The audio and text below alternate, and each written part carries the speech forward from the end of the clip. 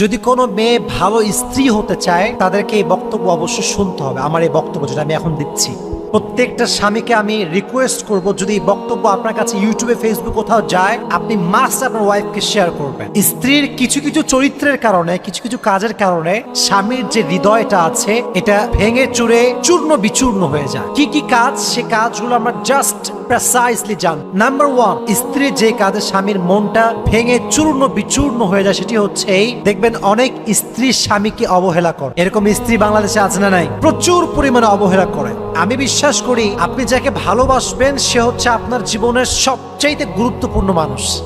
আর একজন ভালোবাসার মানুষ সব সহ্য করতে পারে, বাট ইগনোর এবং অবহেলা সহ্য করতে পারে না। ঠিক না বলো? আপনি স্ত্রী হয়ে আপনার স্বামীকে ইগনোর করতে পারবেন না। No, you can do that. You don't have the right to do that. আপনার সবচাইতে প্রায়োরিটি লিস্টে ফার্স্ট যে নামটা থাকবে সেটার নাম হচ্ছে আপনার হাজব্যান্ড। এই জন্য প্রত্যেকটা বোনকে বলবো, স্বামীকে গুরুত্ব দেন। যেই মেয়ের স্বামী বেঁচে আছে তার জীবনে তার আত্মার দাম আছে, তার শরীরের দাম আছে, তার চরিত্রের দাম আছে, তার ব্যক্তিত্বের দাম আছে।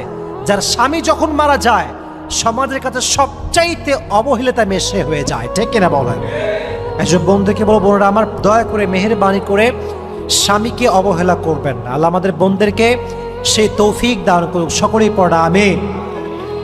অনেক সময় দেখা যায় যে স্বামী একজন জব হোল্ডার অথবা একজন বিজনেস ম্যাগনেট, সে বাহির থেকে আসছেন, হি ইজ ভেরি টায়ার্ড, তার খাবার লাগবে, কিন্তু বোন দেখা যাচ্ছে, মানে যিনি বউ, আমাদের বোন মাশাআল্লাহ বসে বসে টিভি দেখতেছে, সিরিয়াল দেখতেছে। স্বামী যে আসছে তাকে একটু খেদমত করবে, খাবারটা দিবে, শি হ্যাজন্ট দ্যাট সেন্স। ইচ্ছা মতো সিরিয়াল দেখতেছে, এটা ঠিক না। এটা হচ্ছে part of, what can I say, part of ignoring।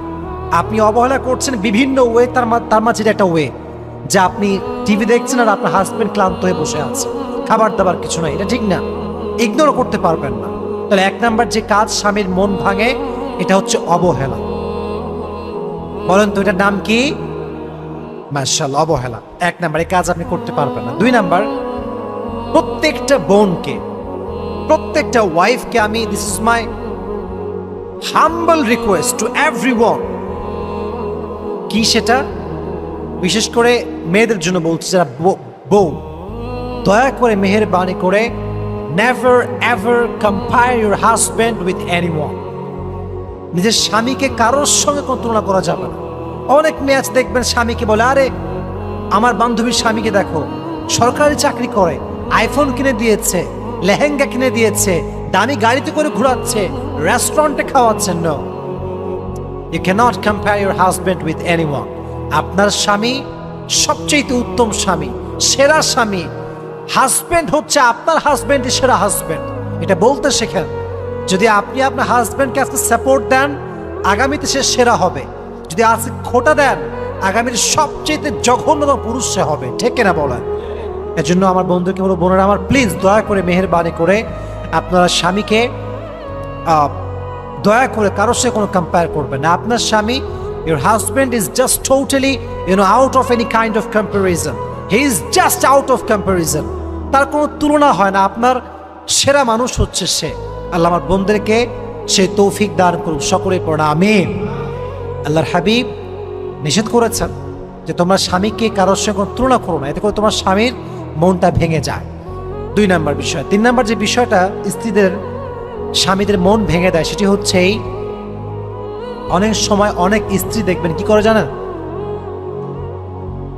নিজের আব্বা আম্মা আসলে খুব যত্নশীল, শ্বশুর শাশুড়ি আসলে আর চোখ তুলেও তাকায় না। এরকম মেয়ে বাংলাদেশে আছে না নাই? অনেক আছে। শ্বশুর শাশুড়ি আসলে না কোনো সেবা করবে না, ভাত আগায় খাওয়াবে না, ভালো রান্না করবে না, বাট নিজের আব্বা আম্মা আসলে বাপ রে বাপ, যত আইটেম আছে, গরুর গোস্ত, মুরগির গোস্ত, হাঁসের গোস্ত, চিংড়ি মাছ, আলু ভর্তা, ডাউল, ডিম, একাকার অবস্থা। কিন্তু শ্বশুর শাশুড়ি আসলেন না, ওই মায়াটাই থাকে না। এটা খুবই খারাপ জিনিস। স্বামী এটাকে অনেক অপছন্দ করে। স্বামীর জীবনের বড় একটা অংশ হচ্ছে আব্বা এবং মা। আমার বউ যদি আমার আব্বা আম্মাকে ভালোবাসে, আমি আমার বউকে ভালোবাসবো। আমার আব্বা আম্মাকে যদি আমার বউ সম্মান না করে, আমার মন থেকে যে ভালোবাসাটা আসতো এটা কখনো আসবে না। ঠিক না বলেন যুবক ভাইরা? তো তাহলে আমার বোনদেরকে অনুরোধ করব, মেহেরবানি করে আপনার স্বামীর যেই রিলেটিভস আছে, স্পেশালি প্যারেন্টস, এদের প্রতি আপনার কেয়ারিং হতে হবে, লাভিং হতে হবে।